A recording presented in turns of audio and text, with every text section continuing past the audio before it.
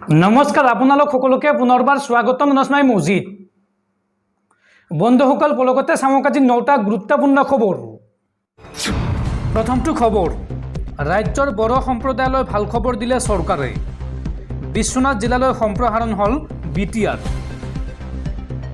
বড়ো সম্প্ৰদায়লৈ ভাল খবৰ দিলে চৰকাৰে। বিশ্বনাথ জিলালৈ সম্প্ৰসাৰণ হল বিটিআৰ। শোণিতপুৰ আৰু বিশ্বনাথৰ কেইবাখনো গাঁও অন্তৰ্ভুক্ত হল বিটিআৰত। বড়ো চুক্তি অনুসৰি অৰ্পণ কৰা হল গাঁওসমূহক। 80% বড়ো অধ্যুষিত এলেকা বিটিআৰক প্ৰদান। আজিৰ দিনটোত নতুনকৈ 16খন গাঁও অন্তৰ্ভুক্ত হল বিটিআৰত। পূৰ্বতে 41খন গাঁও অন্তৰ্ভুক্ত কৰা হৈছিল বিটিআৰত। বিটিআৰে পাব লগা মুঠ 60খনৰ 57খন গাঁও অন্তৰ্ভুক্ত কৰা হৈছে। 3খন গাঁও পুনৰ পৰ্যবেক্ষণ কৰিব চৰকাৰে। এমাহৰ ভিতৰত 3খন গাঁও অন্তৰ্ভুক্ত কৰাৰ পোষকতা। কেবিনেটত এই সিদ্ধান্ত লৈ এই ঘোষণা মুখ্যমন্ত্ৰী হিমন্ত বিশ্ব শৰ্মাৰ। পৰৱৰ্তী খবৰ, 2026 বিধানসভা নিৰ্বাচনৰ পূৰ্বে ৰাজ্যিক বিজেপিত খহনীয়া। শতাধিক কৰ্মীক লগত লৈ বিজেপি এৰি আনুষ্ঠানিকভাৱে কংগ্ৰেছত যোগদান কৰিলে নলবাৰী সমষ্টিৰ বিজেপিৰ প্ৰাক্তন বিধায়ক অশোক শৰ্মাই। কংগ্ৰেছত যোগদান কৰিয়াই বিস্ফোৰণ বিজেপিৰ প্ৰাক্তন বিধায়ক অশোক শৰ্মাৰ। শতাধিক কৰ্মীক লগত লৈ নলবাৰীত কংগ্ৰেছত যোগদান অশোক শৰ্মাৰ। বিজেপিৰ একাংশ নেতাৰ দাংকুপ মৰা কথাত অসন্তুষ্ট অশোক শৰ্মা। তেওঁলোকে ভয় ভীতি আৰু প্ৰলোভন দেখুৱাই ৰাজনীতি কৰে। মিটিঙলৈ নগ'লে অৰুণোদয় আঁচনিৰ ধন চৰকাৰী ঘৰ নাপাব বুলি ভয় দেখুৱায়। বিজেপিত নতুন হৈও 24 ঘণ্টাই দলৰ হৈ কাম কৰোঁ বুলি দাংকুপ মৰা কথা একাংশ লোকৰ। সেইসকল নেতাক দলীয় কৰ্মীয়ে সাক্ষাৎ পাবলৈ পুৱা 11 বজালৈকে অপেক্ষা কৰিব লগা হয়। ক্ষমতাৰ লালসা আৰু সম্পত্তিৰ পাহাৰ গঢ়িবলৈহে বিজেপিলৈ গৈছিল একাংশ লোক। জেললৈ যোৱাৰ ভয়ত কংগ্ৰেছ এৰি বিজেপিত যোগদান কৰিছিল তেওঁলোকে। ভয় ভীতি দেখুৱাই ৰাজনীতি কৰাসকলক গাদীচ্যুত কৰাটোৱেই মূল লক্ষ্য। বিজেপিৰ প্ৰতি মোৰ কোনো আক্ষেপ নাই, ভক্তি সদায় থাকিব। কংগ্ৰেছত যোগদান কৰি এই বিস্ফোৰক মন্তব্য নলবাৰী সমষ্টিৰ বিজেপিৰ প্ৰাক্তন বিধায়ক অশোক শৰ্মাৰ। পৰৱৰ্তী খবৰ, আজি উত্তপ্ত চুবুৰীয়া ৰাষ্ট্ৰ বাংলাদেশ আৰু এতিয়া ভাৰতত প্ৰৱেশ কৰিবলৈ হাজাৰ হাজাৰ বাংলাদেশীৰ অপচেষ্টা। ভাৰত বাংলা সীমান্তত বাংলাদেশী নাগৰিকৰ ভিৰ। এই সন্দৰ্ভত উদ্বিগ্ন হৈ পৰিছে ভাৰত চৰকাৰ, যাৰ পৰিপ্ৰেক্ষিতত ভাৰত বাংলা সীমান্তত মোতায়েন কৰা হৈছে হাজাৰ হাজাৰ নিৰাপত্তাৰক্ষী।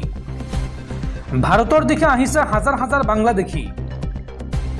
ভাৰত বাংলা সীমান্তত হাজাৰ হাজাৰ বাংলাদেশীৰ ভিৰ। কোচবিহাৰ পশ্চিমবংগ সীমান্তলৈ আহিছে বাংলাদেশী নাগৰিক। বাংলাদেশী নাগৰিকে ভাৰতত যাতে প্ৰৱেশ কৰিব নোৱাৰে তাৰ বাবে সীমান্তত কটকটীয়া কৰা হৈছে ব্যৱস্থা। ভাৰতত প্ৰৱেশৰ বাবে হেতা উপৰা বাংলাদেশী নাগৰিকৰ। সীমান্তৰ গতিবিধি নিয়ন্ত্ৰণৰ বাবে ভাৰতে গঠন কৰিছে কমিটি, আৰু এই কমিটিয়ে বাংলাদেশৰ সৈতে সমন্বয় স্থাপন কৰিব। বাংলাদেশত থকা হিন্দুৰ সুৰক্ষাক লৈ প্ৰধানমন্ত্ৰীৰ বিশেষ টুইট। বাংলাদেশত থকা সংখ্যালঘুৰ নিৰাপত্তা নিশ্চিত কৰিব ভাৰত চৰকাৰে। বাংলাদেশৰ নতুন চৰকাৰৰ সৈতে এই সন্দৰ্ভত আলোচনা কৰিব ভাৰতে। আৰু এই সন্দৰ্ভত খালিদা জিয়াৰ বিএনপিয়েও ভাৰতক দিছে সকিয়নি। আৱামী লীগক সমৰ্থন কৰিব নোৱাৰিব ভাৰতে, এই সকিয়নি দিছে খালিদা জিয়াৰ দলে। দৰ্শকসকল, আৰু বহুতো গুৰুত্বপূৰ্ণ খবৰ আছে। তাৰ আগতে আপোনাক জনাওঁ যে যদি আপুনি এতিয়ালৈকে এইটো ভিডিঅ'ত লাইক কৰা নাই তেন্তে এতিয়াই ভিডিঅ'টোত লাইক কৰি দিয়ক, আৰু এনেকুৱা ধৰণৰ ভিডিঅ'সমূহ নিতৌ চাবলৈ চেনেলটো ছাবস্ক্ৰাইব কৰি কাষত থকা বেল আইকনটো প্ৰেছ কৰি ৰাখক। পৰৱৰ্তী খবৰ, 18 মাহৰ অন্তত অৱশেষত মুকলি আকাশৰ তললৈ ওলাই আহিল আম আদমী পাৰ্টীৰ জ্যেষ্ঠ নেতা তথা দিল্লীৰ প্ৰাক্তন শিক্ষামন্ত্ৰী মনীষ সিসোদিয়া। উচ্চতম ন্যায়ালয়ে জামিন প্ৰদান কৰে মনীষ সিসোদিয়াৰ। উল্লেখযোগ্য যে দিল্লীৰ সুৰানীতি কেলেংকাৰীত CBIয়ে গ্ৰেপ্তাৰ কৰিছিল আম আদমী পাৰ্টীৰ নেতাগৰাকীক। পৰৱৰ্তী খবৰ, গুৱাহাটীত পুনৰ ভয়ংকৰ ঘটনা। পুনৰ IIT গুৱাহাটীত ছাত্ৰীৰ ৰহস্যজনক মৃত্যু। ছাত্ৰী নিবাসত ৰহস্যজনক অৱস্থাত উদ্ধাৰ হৈছে মৃতদেহ। IIT গুৱাহাটীৰ দিচাং হোষ্টেলত চাঞ্চল্যকৰ ঘটনা। টেকৰ ছাত্ৰীৰ মৃতদেহ উদ্ধাৰক লৈ গুৱাহাটীত চাঞ্চল্য।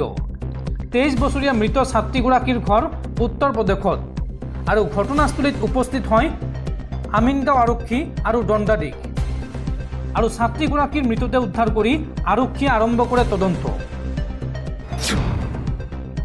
পৰৱৰ্তী খবৰ, পুনৰ শৰাইঘাটৰ পুৰণি দলং বন্ধ ঘোষণা উত্তৰ পূব সীমান্ত ৰেলৱেৰ। শনিবাৰে দিনৰ 11 বজাৰ পৰা দেওবাৰে পুৱা 5 বজালৈকে বন্ধ থাকিব দলঙেৰে যাতায়াত। দলংখনৰ মেৰামতিৰ বাবে এই সিদ্ধান্ত উত্তৰ পূব সীমান্ত ৰেলৱেৰ। দলঙৰ বিভিন্ন স্থানত সৃষ্টি হোৱা গাঁত মেৰামতিৰ বাবে এই সিদ্ধান্ত গ্ৰহণ কৰিছে উত্তৰ পূব সীমান্ত ৰেলৱে। পৰৱৰ্তী খবৰ, পুনৰ নিজ দেশলৈ উভতি যাবলৈ সাজু হৈছে বাংলাদেশৰ প্ৰাক্তন প্ৰধানমন্ত্ৰী শ্বেখ হাছিনাই। এই সন্দৰ্ভত শ্বেখ হাছিনাৰ পুত্ৰই দিলে ডাঙৰ খবৰ। অৱশেষত শ্বেখ হাছিনাই ল'লে ডাঙৰ সিদ্ধান্ত। শ্বেখ হাছিনাৰ পুত্ৰই বাংলাদেশবাসীৰ বাবে দিলে এই খবৰ। বাংলাদেশত অন্তৱৰ্তীকালীন চৰকাৰ গঠন হোৱাৰ পিছতে শ্বেখ হাছিনাৰ সিদ্ধান্ত। শীঘ্ৰেই নিজ দেশলৈ উভতি যাব শ্বেখ হাছিনা। অন্তৱৰ্তীকালীন চৰকাৰে পুনৰ নিৰ্বাচনৰ দিন ঘোষণা কৰিলেই উভতি যাব শ্বেখ হাছিনা। শ্বেখ হাছিনাৰ পুত্ৰ সাজিব ৱাজেদে জনালে এই খবৰ। দেশলৈ উভতি গ'লেও ৰাজনীতিত অংশগ্ৰহণ কৰিবনে শ্বেখ হাছিনাই, এই কথাও জনাইছে শ্বেখ হাছিনাৰ পুত্ৰই। বয়সৰ অজুহাতত ৰাজনীতিত অংশগ্ৰহণ নকৰাৰ সিদ্ধান্ত শ্বেখ হাছিনাৰ। আৰু বৰ্তমান যিহেতু ভাৰতত আছে শ্বেখ হাছিনা, পৰৱৰ্তী সময়ত শ্বেখ হাছিনা ক'ত থাকিব? এই সন্দৰ্ভত ব্ৰিটেইনৰ সৈতে কথা পাতি আছে ভাৰতৰ বৈদেশিক পৰিক্ৰমা মন্ত্ৰী এছ জয়শংকৰে। যদিহে ব্ৰিটেইন চৰকাৰে গ্ৰীণ ছিগনেল দিয়ে, তেন্তে ভাৰতৰ পৰা ব্ৰিটেইন বা লণ্ডনত বাহৰ পাতিব পাৰে বাংলাদেশৰ প্ৰাক্তন প্ৰধানমন্ত্ৰী শ্বেখ হাছিনা। পৰৱৰ্তী খবৰ, ৰাজ্যৰ নিবনুৱা যুৱক যুৱতীসকলৰ বাবে সুখবৰ। শীঘ্ৰেই ৰাজ্যত মুকলি হ'ব স্নাতক গণিত শিক্ষকৰ পদ।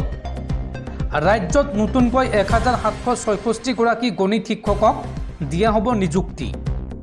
এই বৃহৎ ঘোষণা মুখ্যমন্ত্ৰী ডক্টৰ হিমন্ত বিশ্ব শৰ্মাৰ। পৰৱৰ্তী খবৰ, ছোৱালীৰ বিয়াৰ বয়স 18 বছৰ নহয় 9 বছৰ আৰু ল'ৰাৰ বয়স 15 বছৰ। এই আশ্চৰ্যকৰ সিদ্ধান্ত গ্ৰহণ কৰিছে বিশ্বৰ এখন দেশে। ইৰাকত ছোৱালীৰ বিবাহৰ বয়স 9 বছৰ আৰু ল'ৰাৰ বয়স 15 বছৰলৈ হ্ৰাস কৰাৰ সিদ্ধান্ত।